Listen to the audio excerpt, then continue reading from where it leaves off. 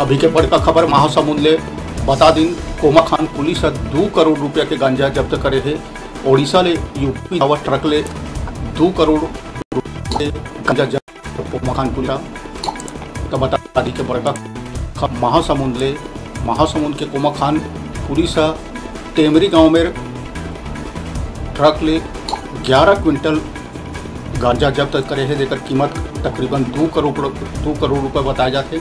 बता दिन ट्रक में कटहल के आड़ में गांजा की तस्करी कर जात रही है। अभी के बड़का खबर महासमुंद ले जहाँ कोमाखान पुलिस ला सफलता मिले है, 2 करोड़ रुपये के गांजा पकड़े है ट्रक ले।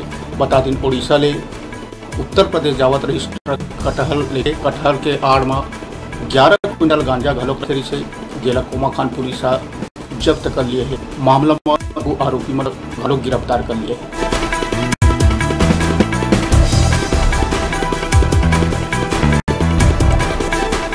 तो महासमुंद पुलिस ला बड़का सफलता 11 क्विंटल गांजा ला जब्त करे है, दूध तस्कर ला गिरफ्तार करे।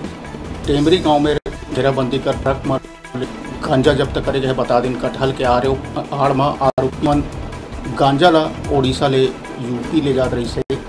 कोमाखान पुलिस 11 क्विंटल गांजा जब्त करे, जेकर कीमत लगभग 2 करोड़ रुपये बताया जाता है।